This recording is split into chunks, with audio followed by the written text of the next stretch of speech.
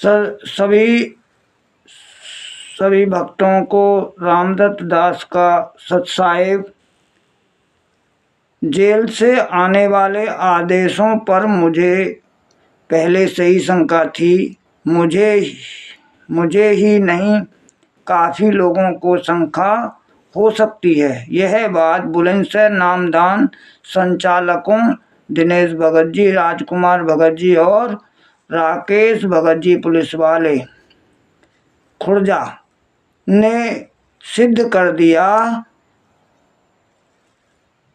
कि जेल से कोई आदेश गुरुजी का नहीं आता है। यह मैं क्यों कह रहा हूँ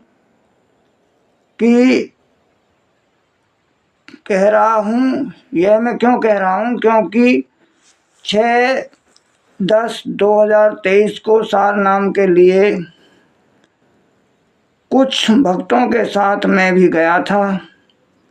किसी को भी सारनाम नहीं दिया गया। 6 महीने बाद फिर दोबारा बुलाया गया,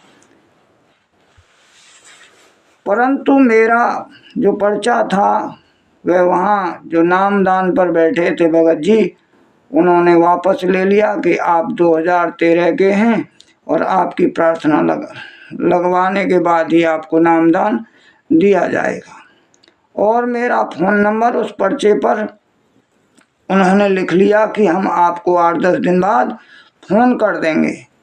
मैंने लगभग 20 दिन बाद दिनेश भगत जी जो जिला कोऑर्डिनेटर हैं बुलंदशहर के, उन्हें संपर्क किया तो उन्होंने कहा अभी कोई सूचना नहीं आई है और जब सूचना आएगी हम आपको बता देंगे।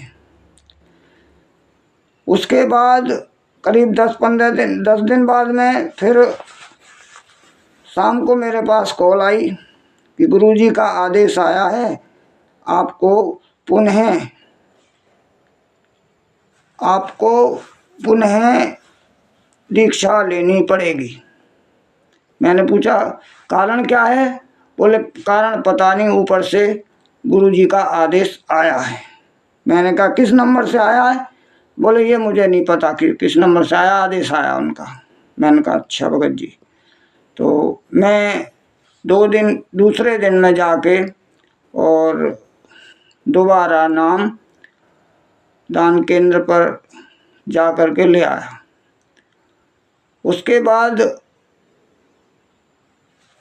करीब 13/11 में दिल्ली से कुछ भगत जा रहे थे। 13/11 में भगत जा रहे थे दिल्ली से, तो उन्होंने मेरे पास कॉल की कि रामदत्त जी आप आ जाओ और सब साथ चलेंगे धनाना। मैंने कहा भाई मैं तो अभी आया हूँ, पर तुम एक काम करना कि वहाँ एक भगत जी हैं, मैंने उनका नाम बताया उन्हें। मैंने कहा उनसे ये पूछना मेरी प्रार्थना भी लगी है या नहीं लगी है, और लगी है तो फिर क्या आदेश आया है। मेरे पास उन्होंने अभी कोई आदेश नहीं भेजा। बोले ठीक है। तो जब वो धनाना पहुँच गए तो उन्होंने मेरी उन भगत जी से बात कराई और भगत जी ने कहा मेरे से कि भाई कौन सी क्या, मुझे तो ध्यान ही नहीं है।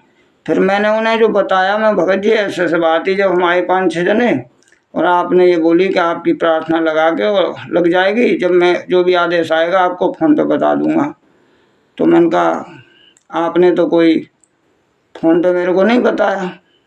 ये बात मेरी बात हुई दिल्ली वालों के फ़ोन से। मैं खुर्जाई था, तो उन्होंने जब ऐसा बोला, बोले आने के बाद ही पता लगेगी, एक बार जब आओगे जब ही पता लगेगी। तो मैं फिर वहाँ गया। उसके बाद उन्होंने कहा भाई मेरे को तो ध्यान ही नहीं है और कैसे कैसे। मन का जी ऐसे ऐसे आपने वो मेरा पर्चा एक दूसरे भगत जी उन्हें दियो और आपने ये कही कि जल्दी मत करना, 8-10 दिन लग जाएंगे। तो उन्होंने उसके बाद में मेरे से बोले कि भाई मैंने तो कोई प्रार्थना लगाई नहीं है, वो पर्चा तो आपका गुम हो गया। अब आप ये बताइए कि उससे पहले तो इन्होंने मुझे नाम दे दिया 5 तारीख में, 5/11/2023 में तो इन्होंने मुझे नाम दे दिया। और जब मैंने वहाँ जाके पता किया तो वहाँ गुरुजी के पास मेरी प्रार्थना ही नहीं लगी। तो मैं जानना चाहता हूँ कि यहाँ बुलंदशहर में फिर भगवान ने कहाँ से छप्पड़ फाड़ के आया हुआ आदेश कहाँ से आया, जब उन भगत जी ने मेरी प्रार्थना ही ना लगाई तो गुरुजी ने ना कैसा आदेश दे दियो।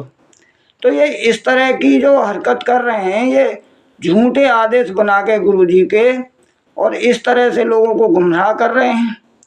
तो ये कहाँ तक सही है, मैं आपसे जानना चाहता हूँ कि गुरुजी ने जब आदेश ही नहीं दिया तो इन्होंने मुझे नाम कैसे दे दिया, मुझे पुनः उपदेश कैसे दे दिया। मैंने 2013 21 सितंबर को नाम लिया था।